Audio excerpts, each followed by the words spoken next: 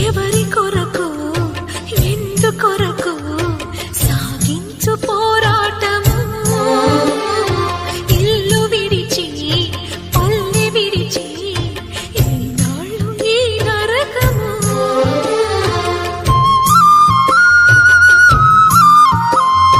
గుండెలో బాధలను దాచుకోవాలి